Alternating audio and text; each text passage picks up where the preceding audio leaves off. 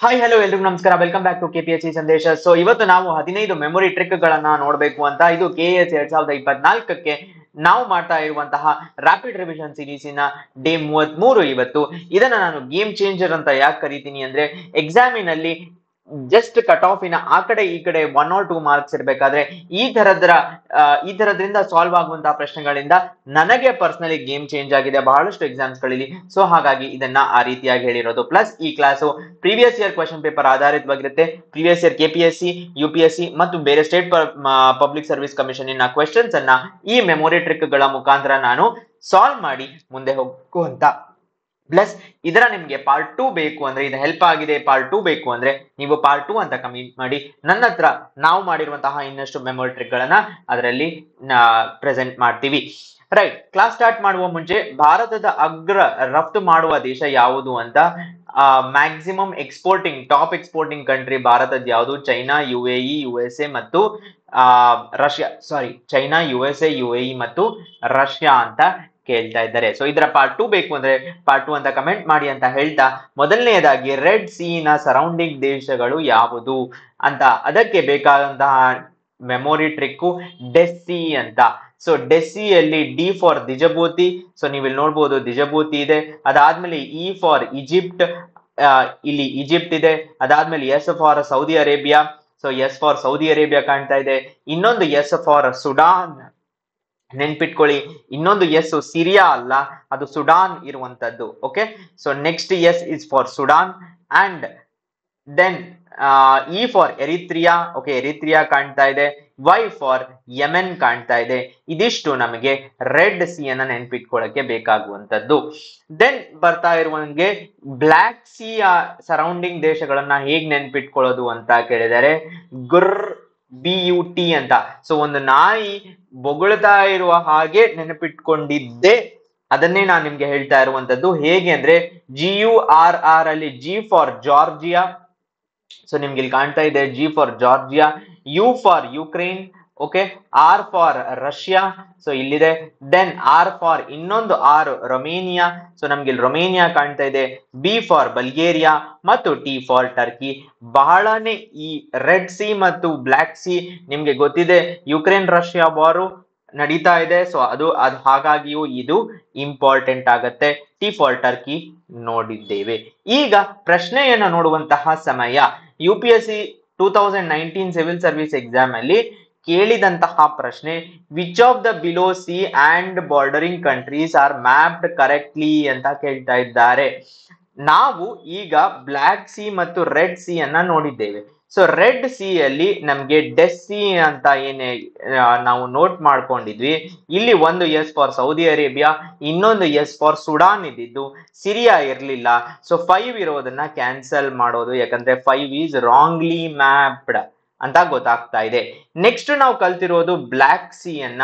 So block C ಅಲ್ಲಿ GURR ಬಂದ್ಮೇಲೆ BU ಆದ್ಮೇಲೆ ಟಿ. ಸಿ ಫಾರ್ ಕ್ರೊಯೇಷಿಯಾ ಇಲ್ಲಿ ಇಲ್ಲವೇ ಇಲ್ಲ. ಸೊ ಹಾಗಾಗಿ ಇದು ಕೂಡ ರಾಂಗ್ ಆಗಿ ಮಾರ್ಕ್ ಆಗಿದೆ. ಸೊ 2 ಇರುವ ಆಪ್ಷನ್ ರಾಂಗ್ ಇದೆ. Option B is the right answer.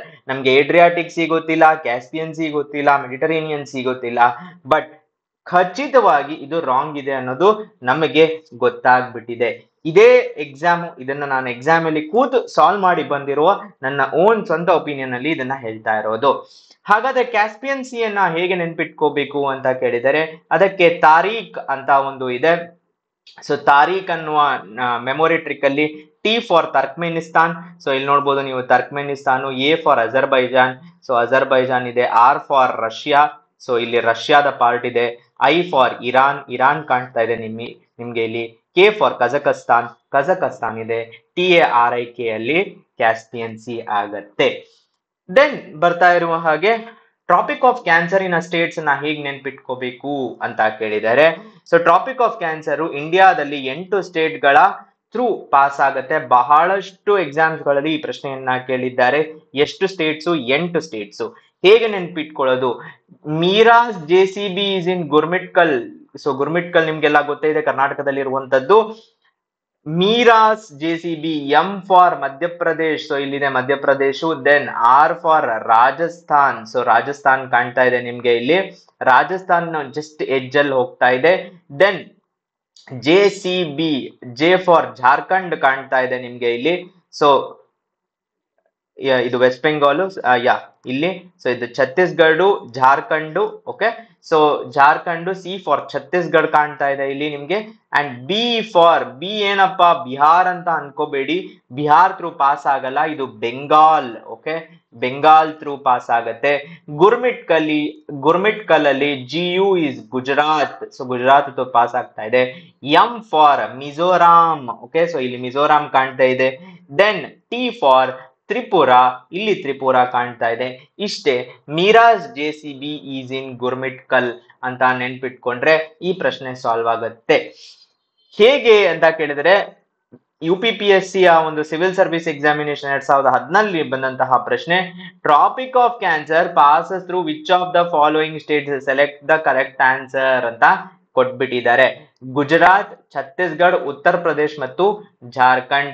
ನಮ್ಮ ಒಂದು ನಿಮೋನಿಕ್ ಅಲ್ಲಿ ಇಲ್ಲಿ ನೋಡಬಹುದು ನೀವು, ಗುಜರಾತ್ ಇದೆ, 1 ಇದೆ. ಛತ್ತೀಸ್ಗಢ JCB ಅಲ್ಲಿ C, ಛತ್ತೀಸ್ಗಢ ಇದೆ. ಉತ್ತರ ಪ್ರದೇಶ್ ಇಲ್ಲ. Okay, so 3 is wrong. ಇಲ್ಲಿ 3 ಅನ್ನ ನೀವು ಕ್ಯಾನ್ಸಲ್ ಮಾಡಿದ ತಕ್ಷಣ ನಮ್ಗೆ ಜಾರ್ಖಂಡ್ ಇದೆ. ಎಸ್, JCB ಅಲ್ಲಿ ಜಾರ್ಖಂಡ್ ಇದೆ. 1 is the right answer. Then ಬರ್ತಾ ಇರುವ ಹಾಗೆ 12 ಸ್ಕೆಡ್ಯೂಲ್ಸ್ ಆಫ್ ದ ಕಾನ್ಸ್ಟಿಟ್ಯೂಷನ್ ಅನ್ನ ಹೇಗೆ ನೆನ್ಪಿಟ್ಕೋಬೇಕು ಅಂತ ಕೇಳಿದರೆ, ಟಿಯರ್ಸ್ ಆಫ್ ಓಲ್ಡ್ PM ಅಂತ. ಇದನ್ನ ಬಹಳಷ್ಟು ಎಕ್ಸಾಮ್ಸ್ ಗಳಲ್ಲಿ KPSC KAS 2000 ಪೇಪರ್ ಅಲ್ಲೇ ಬಂದಿದೆ ಇದು. First schedule T for territories. Okay, second schedule E for ಎಮ್ಯೂಲ್ಯುಮೆಂಟ್ಸ್, A for affirmations. Okay, oath and affirmations ಅಂತ ಹೇಳ್ತೀವಿ. R ಫಾರ್ ಸೀಟ್ಸ್ ಇನ್ ರಾಜ್ಯಸಭಾ, 4ನೇ ಸ್ಕೆಡ್ಯೂಲ್ R ಫಾರ್ ಸೀಟ್ಸ್ ಇನ್ ರಾಜ್ಯಸಭಾ ಆಗತ್ತೆ. ದೆನ್ 5ನೇ ಸ್ಕೆಡ್ಯೂಲ್ಡ್ ಏರಿಯಾಸ್ ಆಗತ್ತೆ.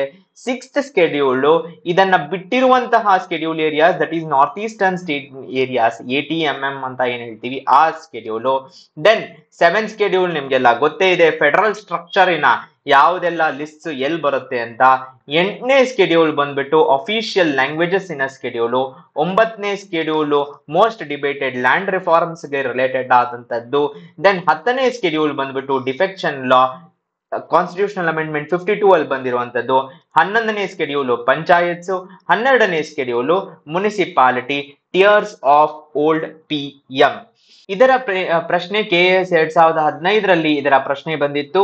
ಸೊ ಇಲ್ಲಿ ನೋಡಬಹುದು, ಮ್ಯಾಚ್ ಮಾಡಿ ABCD 3ನೆಯ ಒಂದು ಸ್ಕೆಡ್ಯೂಲ್ ಯಾವುದಕ್ಕೆ ಸೇರಿದೆ ಅಂತ ಕೇಳಿದರೆ, ಅಫರ್ಮೇಶನ್ಸ್, ಓತ್ ಅಂತ ಏನ್ ಹೇಳ್ತೀವಿ ಅದು. ಇಲ್ಲಿ ನೋಡಬಹುದು oath and affirmations. Okay, so A5 ಗೆ ಬರ್ತಾ ಇದೆ. A5 ಇರುವ ಆಪ್ಷನ್ ಇದರಲ್ಲಿ 2ರಲ್ಲಿ ಓನ್ಲಿ ಆಪ್ಷನ್ B ಮತ್ತು C ಇರುವಂತದ್ದು. ಸೊ ಇದೆರಡನ್ನ ಕ್ಯಾನ್ಸಲ್ ಮಾಡಬಹುದು. ದೆನ್ 8ನೇ ಸ್ಕೆಡ್ಯೂಲ್ ನಮ್ಗೆ ಏನ್ ಗೊತ್ತಿದೆ, ಅಫಿಷಿಯಲ್ ಲ್ಯಾಂಗ್ವೇಜಸ್ ಗೆ ರಿಲೇಟೆಡ್ ಆಗಿರುವುದು. ಸೊ ಲ್ಯಾಂಗ್ವೇಜಸ್ ಅನ್ನ ಹುಡುಕಬೇಕು. B4 ಗೆ ಬರ್ತಾ ಇದೆ. 2ರಲ್ಲೂ B4 ಇದೆ, ಸರಿ. ಓಕೆ, ದೆನ್ ಅದಾದ್ಮೇಲೆ 4ನೇ ಸ್ಕೆಡ್ಯೂಲ್ ರಾಜ್ಯಸಭಾ ಅಥವಾ ಕೌನ್ಸಿಲ್ ಆಫ್ ಸ್ಟೇಟ್ಸ್ ಅಂತ ಏನ್ ಹೇಳ್ತೀವಿ, ಅಪ್ಪರ್ ಹೌಸ್ ಅಂತ ಏನ್ ಹೇಳ್ತಾರೆ, ಅದಕ್ಕೆ ರಿಲೇಟೆಡ್ ಆಗಿರುವುದು. ಸೊ C ಬಂದ್ಬಿಟ್ಟು 1, ಮೇಲ್ಮನೆಯ ಸ್ಥಾನ ಹಂಚಿಕೆ ಅಂತ ಏನಿದೆ. So C1, option 2 is the right answer. And finally 10ನೆಯ ಸ್ಕೆಡ್ಯೂಲ್ ಬಂದುಬಿಟ್ಟು ನಮ್ಗೆ 10th schedule is for defection. So ಇಲ್ಲಿ ನೋಡಬಹುದು, disqualification on grounds of defection D2 ಸರಿಯಾಗಿದೆ. That is the right answer. KAS ಪ್ರಶ್ನೆಯನ್ನ ನಮ್ಮ ನಿಮೋನಿಕ್ಸ್ ಅಲ್ಲಿ ಸಾಲ್ವ್ ಮಾಡಿದ್ದೀವಿ. ಅದೇ ರೀತಿಯಾಗಿ ಮೋಸ್ಟ್ ರೀಸೆಂಟ್ ಲಾಸ್ಟ್ ವೀಕ್ ನಡೆದಂತಹ AC ಸಾರಿನ ಪೇಪರ್ ಅಲ್ಲಿ ಬಂದಂತಹ ಪ್ರಶ್ನೆ ಏನಪ್ಪಾ ಪ್ರಶ್ನೆ ಅಂದ್ರೆ, ಮತ್ತೆ ಅದೇ ಮ್ಯಾಪಿಂಗ್ ರಿಲೇಟೆಡ್ ಆಗಿರೋದು. ಫಸ್ಟ್ ಸ್ಕೆಡ್ಯೂಲ್ ಇಲ್ಲಿ ನೋಡಬಹುದು ಟೆರಿಟರೀಸ್ ಗೆ ರಿಲೇಟೆಡ್ ಆಗಿದೆ. So contains a list of languages ಎಲ್ಲ, states and union territories and their territories ಆಗಬೇಕು. ಸೊ 1C ಆಗದ ತಕ್ಷಣ ಇದರಲ್ಲಿ 1ABCD ಕ್ಯಾನ್ಸಲ್ ಮಾಡಬಹುದು. ಅಷ್ಟೇ, ಬಂದಾಯ್ತು. Option C is the right answer. ಬೇಕಂದ್ರೆ ಚೆಕ್ ಮಾಡ್ಕೋಬಹುದು. ಥರ್ಡ್ ಸ್ಕೆಡ್ಯೂಲ್ 2 ಇಂದ ನಮ್ಗೆ ಥರ್ಡ್ ಸ್ಕೆಡ್ಯೂಲ್ ಅಫರ್ಮೇಶನ್ಸ್ ಇದೆ. So oath and affirmations 2D ಇರಬೇಕು. ಎಸ್, 2D ಇದೆ. 7th ಸ್ಕೆಡ್ಯೂಲ್ ಇನ್ನೆಲ್ಲ ಬೇರೆ ಸರಿಯಾಗಿರುತ್ತೆ. ದೆನ್ ಆಸಿಯಾನ್ ಮೆಂಬರ್ಸ್ ಗೆ ಏನಂತ ನೆನ್ಪಿಟ್ಕೋಬೇಕು ಅಂತ ಕೇಳಿದ್ರೆ MBBS PTV LIC ಅಂತ. So M for Malaysia, B for Burma ನೆನ್ಪಿಟ್ಕೊಳ್ಳಿ. MBBS ಗೋಸ್ಕರ ಇದನ್ನ ಬರ್ಮಾ ಅಂತ ಮಾಡ್ಕೊಂಡಿದೀವಿ. ಇದು ನೀವು ಮಯನ್ಮಾರ್ ಅಂತ ಏನು ಇದೆ, ಸೊ ಮಯನ್ಮಾರ್ ಇರಲ್ಲ ಅದ್ರಲ್ಲಿ ಒಂದು M ಫಾರ್ ಮಲೇಷಿಯಾ ಅಂತ ಅಲ್ಲ. ದೆನ್ B ಫಾರ್ ಬ್ರುನೈ ಇದೆ, S ಫಾರ್ ಸಿಂಗಪೂರ್ ಇದೆ, P ಫಾರ್ ಫಿಲಿಪೀನ್ಸ್ ಇದೆ, T ಫಾರ್ ಥೈಲ್ಯಾಂಡ್ ನೆನ್ಪಿಟ್ಕೊಳ್ಳಿ, ಥೈಲ್ಯಾಂಡ್ ಇದೆ ಇದರಲ್ಲಿ. ಓಕೆ, ಸೊ ಥೈಲ್ಯಾಂಡ್ ಕಾಣ್ತಾ ಇದೆ. ವಿ ಫಾರ್ ವಿಯೆಟ್ನಾಂ ಇದೆ. Then L for Laos, I for Indonesia ಹಾಗೂ C for Cambodia. ASEAN members 10 members ಇದ್ರು. ನಾವು ಅದಕ್ಕೆ ಸೇರ್ಕೋಬೇಕು ಅಂತ ನಮ್ ಇಚ್ಛೆ ಇತ್ತು, ಬಟ್ ಅದಾಗದೆ ನಾವು ಅಂತಲ್ಲ, ಚೈನಾನು ಸೇರ್ಕೋಬೇಕು ಅಂತ ಬಹಳಷ್ಟು ಟ್ರೈ ಮಾಡಿದ್ರು. ಪ್ರಗತಿ ಹೊಂದಿದ ದೇಶಗಳು, ಆಸಿಯಾನ್ ದೇಶಗಳು, ಚೈನಾನು ಬಹಳ ಟ್ರೈ ಮಾಡಿದ್ರು, USA ಬಹಳ ಟ್ರೈ ಮಾಡಿದ್ರು, ನಾವು ಟ್ರೈ ಮಾಡಿದ್ವಿ. ಅದಕ್ಕಾಗಿ ಅವ್ರು ಏನ್ ಮಾಡಿದ್ರು, ಆಸಿಯಾನ್ ಬೇಡ, ಆಸಿಯಾನ್ +6 ಮಾಡ್ಕೊಳ್ಳೋಣ ಅಂತ ಆಸಿಯಾನ್ +6 ಅಂತ ಮಾಡಿಬಿಟ್ಟು, it is also called as the East Asian summit ಅಂತಾನೂ ಕರೀತಾರೆ. ಅದರಲ್ಲಿ ಯಾರೆಲ್ಲ ಮೆಂಬರ್ಸ್ ಇದ್ದಾರೆ ಅಂತ ಕೇಳಿದರೆ ISNJAC. ಸೊ NJAC ಬಗ್ಗೆ ನಿಮ್ಗೆ ಗೊತ್ತಿರುತ್ತೆ, ಜುಡಿಷಿಯಲ್ ಕೌನ್ಸಿಲ್ ಅದು. ಸೊ ISNJAC ಅಲ್ಲಿ I for India, S for south Korea, N for New Zealand, J for Japan, A for Australia, C for China. ಇವರಿಬ್ಬರ ಮಧ್ಯೆ ಆಸಿಯಾನ್ ಮತ್ತು ಆಸಿಯಾನ್ +6 ನಡುವೆ CEPA ಇದೆ, that is comprehensive economic partnership agreement, also free trading ಅಂತ ಏನ್ ಹೇಳ್ತೀವಿ, ಆ agreement ಇವರಿಬ್ಬರ ಮಧ್ಯೆ ಇದೆ, ಅದೇ ಆಸಿಯಾನ್ +6. ರೈಟ್. ಸೊ ಇದು UPSC 2018 ಅಲ್ಲಿ ಬಂದಂತಹ ಪ್ರಶ್ನೆ. ಏನಪ್ಪಾ ಪ್ರಶ್ನೆ ಅಂದ್ರೆ, ಆಸಿಯಾನಿನ ಫ್ರೀ ಟ್ರೇಡ್ ಪಾರ್ಟ್ನರ್ಸ್ ಯಾರು ಅಂತ ಕೇಳ್ತಾ ಇದ್ದಾರೆ. ಸೊ ಆಸಿಯಾನಿನ ಫ್ರೀ ಟ್ರೇಡ್ ಪಾರ್ಟ್ನರ್ಸ್ ಅಂದ್ರೆ ಆಸಿಯಾನ್ +6 ಯಾರು ಅಂತ. ಆಸಿಯಾನ್ +6 ನಾವು ಮೆಂಬರ್ಸ್ ಗೊತ್ತಿದ್ದಲ್ಲಿ ಇನ್ನೇನು ಗೊತ್ತಿರೋ ಅವಶ್ಯಕತೆಯೇ ಇಲ್ಲ ಇದಕ್ಕೆ. ಸೊ ಯಾರೆಲ್ಲ ಇದ್ದಾರೆ ಅಂತ ಕೇಳಿದರೆ, 1 ಆಸ್ಟ್ರೇಲಿಯಾ, ISNJAC ಅಂತ ಫಾಸ್ಟ್ ಆಗಿ ಬರ್ಕೊಂಡು, ಆಸ್ಟ್ರೇಲಿಯಾ ಇದೆಯಾ? ಎಸ್ ಇದೆ.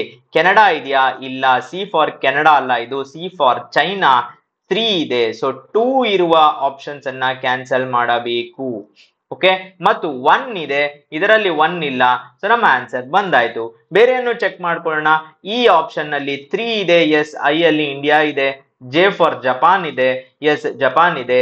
So 1, 3, 4 and 5 option C is right answer. UPSC civil service examination 2018 ಪ್ರಶ್ನೆ ಇದು. ಸಿಂಪಲ್ ಆಗಿ ಸಾಲ್ವ್ ಆಗಿದೆ, USA ಇಲ್ಲ. ದೆನ್ G20 ಮೆಂಬರ್ ಸ್ಟೇಟ್ಸ್, ಇದು ಈ ವರ್ಷ G20 ನಡೆದಿದೆ. ಸೊ ನಿಮ್ಗೆ ಈ ಪ್ರಶ್ನೆ ಬರುವ ಚಾನ್ಸಸ್ ಇದೆ.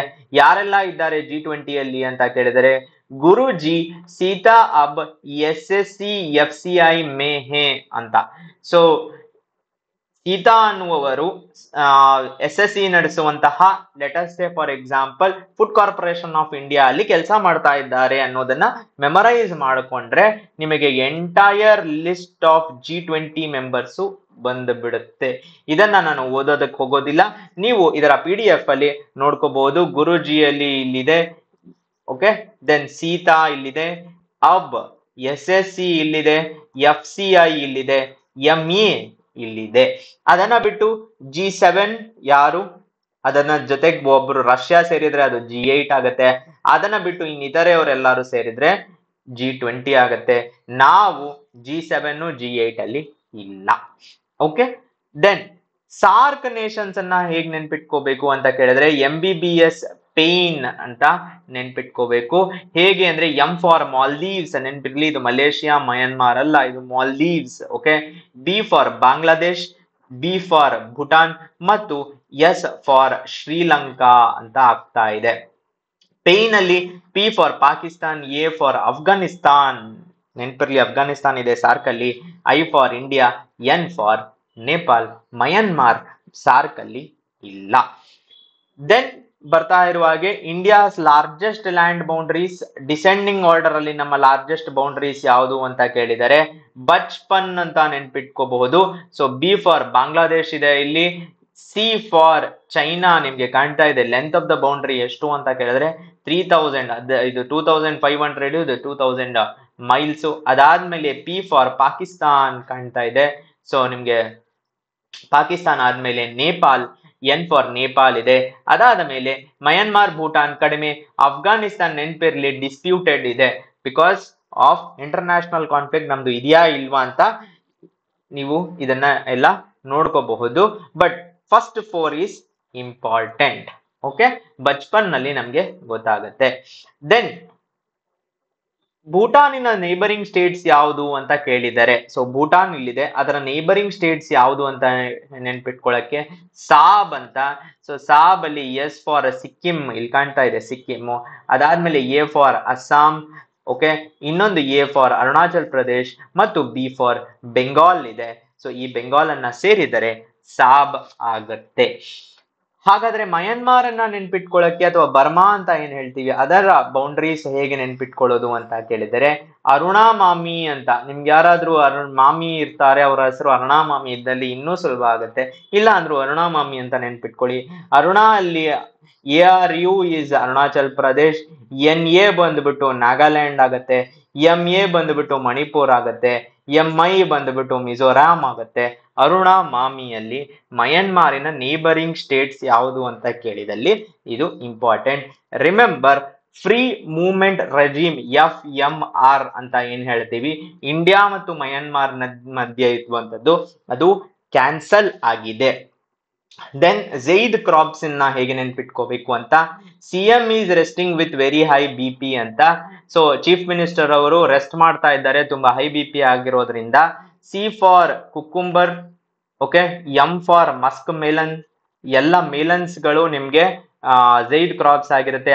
R for ridge gourd, W for water melon, V for vegetables, B for bitter gourd ಮತ್ತು P ಫಾರ್ ಪಂಪ್ಕಿನ್. ಇವೆಲ್ಲವೂ ಝೈದ್ ಕ್ರಾಪ್ಸ್ ಆಗಿರುತ್ತೆ. ಇದೇ ರೀತಿಯಾಗಿ ರಾಬಿ ಕ್ರಾಪ್ಸ್, ಖಾರಿಫ್ ಕ್ರಾಪ್ಸ್ಗೂ ಇದೆ. ಸೊ ನೀವು ಈ ತರದ್ ಇದರ ನೆನ್ಪಿಟ್ಕೊಳಕ್ ಆಗತ್ತೆ ನಿಮ್ಗೆ ಅಂತಂದ್ರೆ ಖಂಡಿತ ಶೇರ್ ಮಾಡ್ತೀವಿ. ದೆನ್ ಬರ್ತಾ ಇರುವ ಹಾಗೆ ಇದು ಬಹಳ ಸತೆ ಈ ಪ್ರಶ್ನೆಗಳು ಬಂದ್ಬಿಟ್ಟಿದೆ.